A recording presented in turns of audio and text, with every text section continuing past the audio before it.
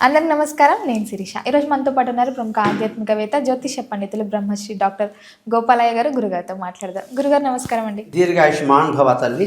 గురుగారు, ముఖ్యంగా మరి జనవరి మాసంలో కన్యా రాశి వారికి ఎలా ఉంటుందంటారు? ఎలాంటి జాగ్రత్తలు తీసుకోవచ్చు అంటారు? ఆర్థిక పరంగా, ఆరోగ్య పరంగా ఎలా ఉంటుందంటారు? కన్యా రాశి అంటేనేమో మనకు వచ్చేసి ఉత్తరా నక్షత్రము 2, 3, 4 పాదాలు, చిత్త, అస్త ఈ చిత్త 1, 2 పాదాలు అనమాట. అస్త మొత్తం 4 పాదాలు ఇందులో ఉంటాయి. కన్యా రాశికి అధిపతి బుధుడు వచ్చేసి మకర రాశిలోకి ఉంటాడు కాబట్టి జనవరి నెల వీళ్ళకి చాలా బాగుంది. విందులు వినోదాల్లో పాల్గొంటారు. అన్ని అనుకూలంగా ఉంది. అన్ని చోట్ల పాజిటివ్ ఎనర్జీ బాగా ఉంటుంది.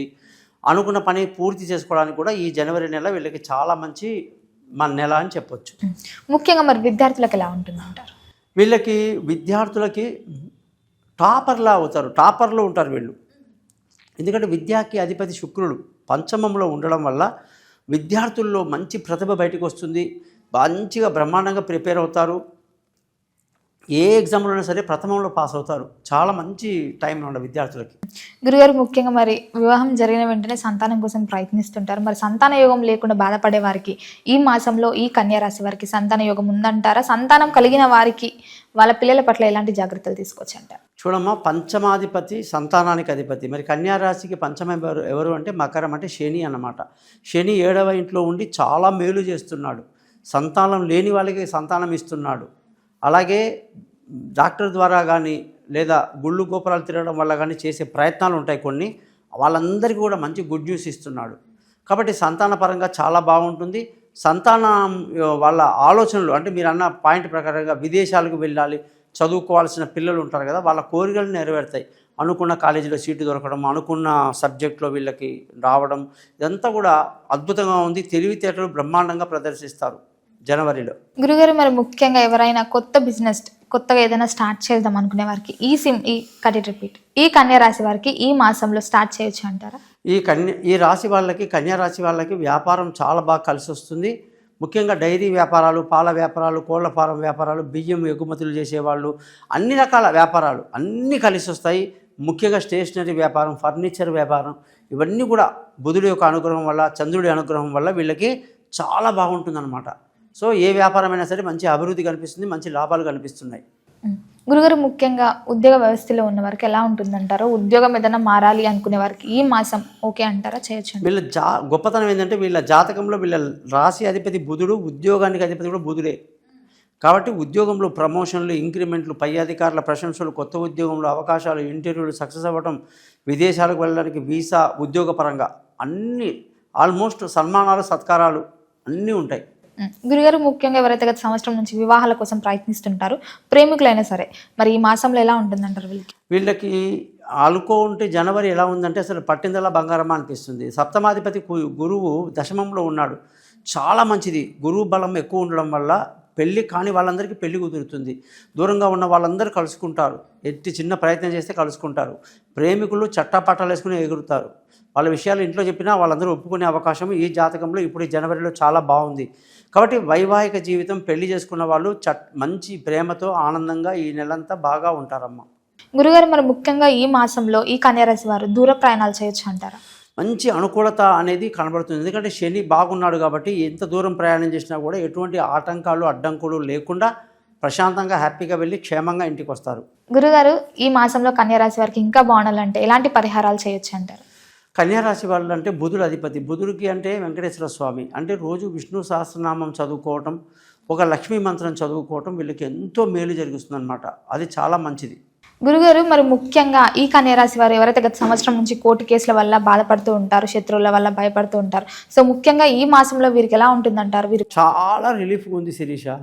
కన్యా రాశి వాళ్ళకి పోలీసు బెడద కానీ లేదా కోర్టు కేసులు కానీ అన్నీ కూడా చిన్న చిన్న మిశ్రమ ఫలితాలు ఇస్తాయి కానీ పెద్దగా బాధించదు. కాబట్టి అవలీలగా ఏ కేసున్నా సరే, ఏ పోలీస్ కేసు ఉన్నా సరే కూర్చొని మాట్లాడుకొని బయటకు వచ్చేయచ్చు. అంతేగాని లాంగ్ టర్మ్లో వెళ్ళడం మంచిది కాదు. వాళ్ళ సంప్రదింపులకు వెళ్ళి కొంచెం తగ్గి మాట్లాడితే అసలు ఆ ప్రాబ్లమ్స్ అనేది ఉండదు వీళ్ళకి. సో అది ఈజీలీ దే కమ్ అవుట్ అనమాట. ఆరోగ్యపరంగా ఎలా ఉంటుందంటారు? ఎలాంటి జాగ్రత్తలు తీసుకోవచ్చు? వీళ్ళకి ఆరోగ్యాన్ని ఇచ్చేవాడు మళ్ళీ శని సప్తమంలో ఉండడం వల్ల మిశ్రమ ఫలితాన్ని ఇస్తున్నాడు. అంటే ఆరోగ్యం జాగ్రత్తగా చూసుకోవాలి. 6వ ఇంట్లో రాహు ఉన్నాడు కాబట్టి ఏం పెద్ద భయం లేదు. రాహు 6వ ఇంట్లో ఉండడం చాలా యోగం అన్నమాట.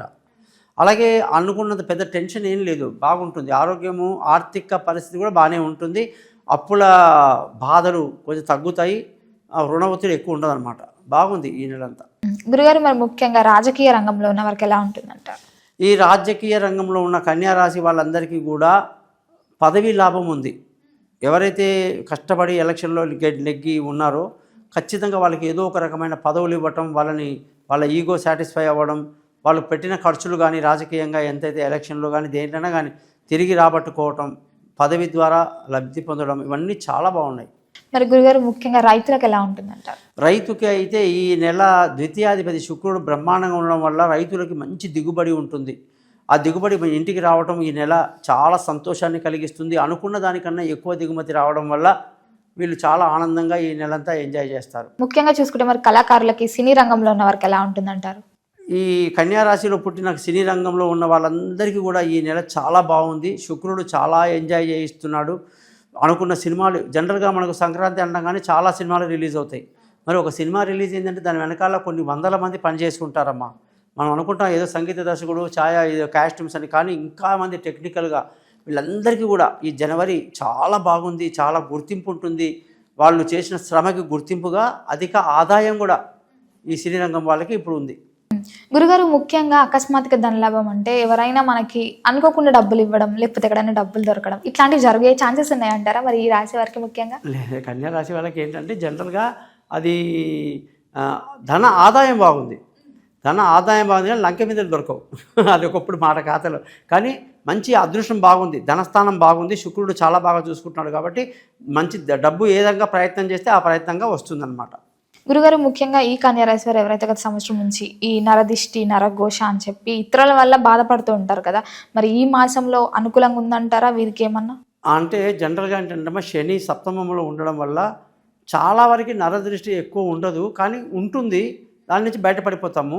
రెండవది అదే 6వ ఇల్లు ఏదైతే నరదృష్టి అంటాం కదా, అదే ఆర్థిక ఇబ్బందులు అనమాట. అప్పుడు దానికి కూడా అంతే మిశ్రమ ఫలితం ఇస్తున్నాడు. మనం జాగ్రత్తగా ఉంటే ఎటువంటి మిశ్రమ ఫలితాల వల్ల మనం బయటపడవచ్చు. శని అనుగ్రహం బాగుండడం వల్ల నరదృష్టిని తగ్గించుకోవచ్చు, అప్పుల బాధలు తగ్గించుకోవచ్చు, ఆరోగ్యాన్ని కూడా కాపాడుకోవచ్చు.